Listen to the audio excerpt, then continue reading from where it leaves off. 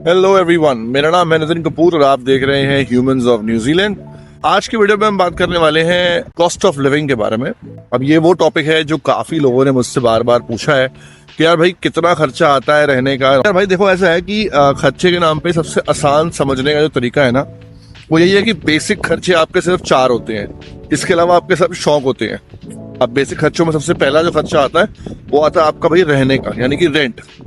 Number 2 पे जो खर्चा आता है वो आता है आपका भाई खाने का, यानी कि ग्रोसरीज। नंबर 3 पे जो खर्चा आपका आता है वो आता है भाई आपका ट्रांसपोर्टेशन का, होता है मोबाइल का। और भाई इसके अलावा जितने भी खर्चे आते हैं वो सारे के सारे वांट्स में आते हैं, डिजायर्स में आते हैं। तो भाई 3 तरह के घर होते हैं यहाँ पे। सबसे पहला घर होता है जो यहाँ पे, वो होता है इंडिपेंडेंट अपार्टमेंट। वो तकरीबन आपको मिल जाता है 200 से $250 के आसपास के बीच में, जिसमें इंडिविजुअल आप ही रहेंगे, सब कुछ आपने ही मैनेज करना है। नंबर 2 पे आता है शेयर्ड अकोमोडेशन, जिसमें रूम आपका खुद का होगा लेकिन बाकी सब कुछ आपका शेयर्ड होगा। यानी कि जैसे किचन आपकी शेयर्ड होगी, यानी कि आपका बाथरूम भी शेयर हो सकते हैं फॉर दैट मैटर। और नंबर 3 पर जो आता है वो आता है कि भाई शेयर्ड में भी आपका खुद का कमरा नहीं होगा। मतलब ये कि एक ही रूम में 2 बेड्स होंगे, जिसमें एक आपका होगा और एक आपके किसी जिसको आप साथ में पढ़ते हैं या साथ में काम करते हैं उसका होगा। और आपको इन तीनों में जो डिफरेंस मिलेगा प्राइस का, वो $50 to $60 मिनिमम एक हफ्ते का होगा। तो अब आता है दूसरा पॉइंट। अब भाई दूसरा पॉइंट है हमारा ग्रोसरी, मैं बोलूंगा फूड एंड ग्रोसरी। अब देखो, अगर आप स्टूडेंट हैं या आप वर्क परमिट पे भी हैं, अगर आप किसी हॉस्पिटैलिटी के वेंचर में काम करते हैं तो यार आपका एक खर्चा थोड़ा कम हो सकता है। आपको हफ्ते में एक दिन चूज करना होगा जब आप जाके अपनी ग्रोसरीज करेंगे। उसके लिए आप कोई अच्छी सी जैसे मेरा पर्सनल फेवरेट काउंटडाउन है, क्योंकि जिस तरीके का खाना मैं खाता हूँ, मेरा डाइटरी रिक्वायरमेंट क्या है, उसके हिसाब से मुझे वहाँ के ब्रांड्स, वहाँ की प्राइसिंग ज्यादा सूट करती है। मैं बल्क में सामान नहीं खरीदता, सेकंड से बल्कि उनके लिए है जो बल्क में सामान खरीदते हैं। ग्रोसरी का सीन ऐसा है कि तकरीबन $70 से $100 के बीच में आपको ग्रोसरी मिल जाती है। अब क्या आता है इसमें? ब्रेकफास्ट में मैं मिनिमम से मिनिमम भी गिनूं अगर, तो यार दूध लेना पड़ेगा आपको, अंडे लेने होंगे आपको, ब्रेड लेनी होगी आपको, साथ में आप कुछ ब्रूसेली या ओट्स ऐसा कुछ भी लेंगे। जो मैंने आपको बताया ना, यही सामान कम से कम आपका जो है वो $25-30 के आसपास का आ जाएगा। नंबर 2 पे लंच आएगा आपका। अब भाई लंच को अगर आप स्टूडेंट हैं, यूनी में हैं, तो कोशिश ये करनी चाहिए कि घर पे बना करके आप लंच साथ में लेकर के जाएं, या फिर यूनी से ब्रेक में अपने घर आके, क्योंकि अगर आप पास ही रहते हैं तो ये पॉसिबिलिटी भी होती है कि आप खुद जा सकते हैं और वहां जाके आराम से अपना खाना बना सकते हैं, या कुछ सैंडविचेस या कुछ रैप्स अपने साथ आप बना के रख सकते हैं। अब इसका खर्चा क्या होगा यार? ये भी तकरीबन $20-25 के आसपास आएगा। अब लाइक आई सेड, ये पूरी जो ग्रोसरी का सेटअप है ना भाई, ये डिपेंड करेगा आपके खुद के डाइटरी सेटअप के ऊपर। अब आप मान लो जिम जाते हो तो यार भाई प्रोटीन भी खरीदोगे, उसके लिए जिम की मेंबरशिप भी दोगे, तो यार ये खर्चे तो आपको अपने हिसाब से ऐड करने पड़ेंगे ना। पर ओवरऑल देखा जाए तो ग्रोसरी में एक नॉर्मल इंसान $100 के आसपास खर्च कर लेता है बहुत इजीली एक हफ्ते के अंदर। तीसरे नंबर पे आता है हमारा खर्चा, वो है ट्रांसपोर्टेशन का।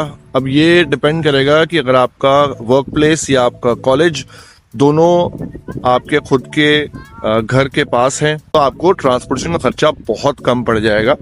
देखा जाए तो अगर आप मेट्रो कार्ड बनवा लेते हैं यहाँ पे आने के बाद, जिसकी कीमत केवल $10 की है, उस $10 के अंदर आपको बेनिफिट यह मिलता है कि अगर आप कैश पे करते हैं किसी भी बस में जाते हुए या फेरी में जाते हुए, तो आपको पे करने होते हैं $4। लेकिन अगर आप उस मेट्रो कार्ड से पे करते हैं तो आपको पे करने होते हैं केवल $2। तो यानी कि 50% का सीधा फायदा। तो तकरीबन $20 से $40 तो भाई देखो हफ्ते में लग जाते हैं। अगर मुझे मतलब मेरा घर करीबन मान लीजिए 5 किलोमीटर या 6 किलोमीटर भी है, तो $2 जाने के और $2 आने के। इसमें एक बेनिफिट ये भी होता है कि अगर मैं 2 घंटे के अंदर आना और जाना दोनों कर लेता हूँ, तो मुझे 4 की जगह सिर्फ $2 ही देने होंगे। यानी कि मेरा रेंटल, मेरा ग्रोसरी और मेरा ट्रांसपोर्टेशन, इन तीनों चीजों को अगर मैं गिनता हूं तो भाई ओवरऑल $250 से $300 मैं खर्च करूंगा हर हफ्ते के। और यहाँ पर हिसाब हफ्ते का ही होता है, महीने का इंडिकेटर नहीं होता है, क्योंकि पेमेंट जो होती है, आपको जो काम करने के पैसे होते हैं वो वीकली मिलते हैं। जो रेंट आप पे करते हो वो वीकली पे करते हो, जो ग्रोसरीज आप करते हो वो वीकली करते हो। तो इसलिए आपको ये ध्यान रखना होगा कि सब कुछ वीकली चलेगा। अब आती है डिजायर्स की बात जो हम कर रहे थे। तो यार अगर रहना है आपने, तो यार ऐसे भी बहुत अच्छी अच्छी जगहें होती हैं जहाँ पर आप एक होटल के अंदर या एक मोटेल के अंदर आप $300 पर वीक देकर विद फुल सर्विसेज रह सकते हो। अगेन ये आपकी चॉइस है। जो ग्रोसरी मैंने बोला आपको, आप किसी भी रेस्टोरेंट से या टेक अवे से बुक अ लंच और book a dinner, you can just go and pick up the food. आपको कुक करने की जरूरत नहीं है और वो ईच मील तकरीबन $18 से $20 का आपको पड़ेगा। और हफ्ते में आपको 7 दिन खाना खाना है, तो आप देख सकते हैं आपको किसी से प्लान करना है। नंबर 3 ट्रांसपोर्टेशन है। तो भाई आने के बाद जो इंडिया से पैसे लाए हो उस पैसे से गाड़ी खरीद लो। तो गाड़ी खरीद लोगे तो भाई जो ट्रांसपोर्ट के पैसे तुम लगा रहे हो उसमें तुम्हारी इंश्योरेंस के पैसे, तुम्हारे फ्यूल के पैसे, तुम्हारी वारंट ऑफ फिटनेस के पैसे, तुम्हारी गाड़ी के रजिस्ट्रेशन के पैसे, ये सब में जुड़ जाएंगे। हमें क्लब्स भी जाना है, हमें पब्स भी जाना है, हमें हर वीकेंड में पार्टी भी करनी है, हमको ट्रैवल भी करना है। We want to go out to places where tourist often flock together. तो वो सब के लिए भी भाई खर्चा करना है। तो ये सारे पैसे जो है भाई बिना जोड़े या बिना कमाए तो नहीं मिलेंगे ना। तो मेजरली जो खर्चे मैंने बताया आपको वो होते हैं आपके सिर्फ खाने का, रहने का और घूमने फिरने का, यानी कि लोकल ट्रांसपोर्टेशन का। अब मोबाइल का अगर आपने आने के बाद ब्रांड न्यू फोन नहीं खरीदा, क्योंकि यहाँ पर बहुत आराम से आपको $30 में या $40 में एक नया आईफोन या एक नया एंड्रॉयड का फोन मिल जाएगा और आपको उसके प्लान के पैसे हर मंथ देने होंगे। और अगर आपको लगता है कि आप वो सब करना चाहते हो तो आप वो भी कर सकते हो। मेरी रिकमेंडेशन होगी कि आप ये ना करें, लेकिन फिर भी अगर आप, हर बंदे की अपनी चॉइस देखो होती है।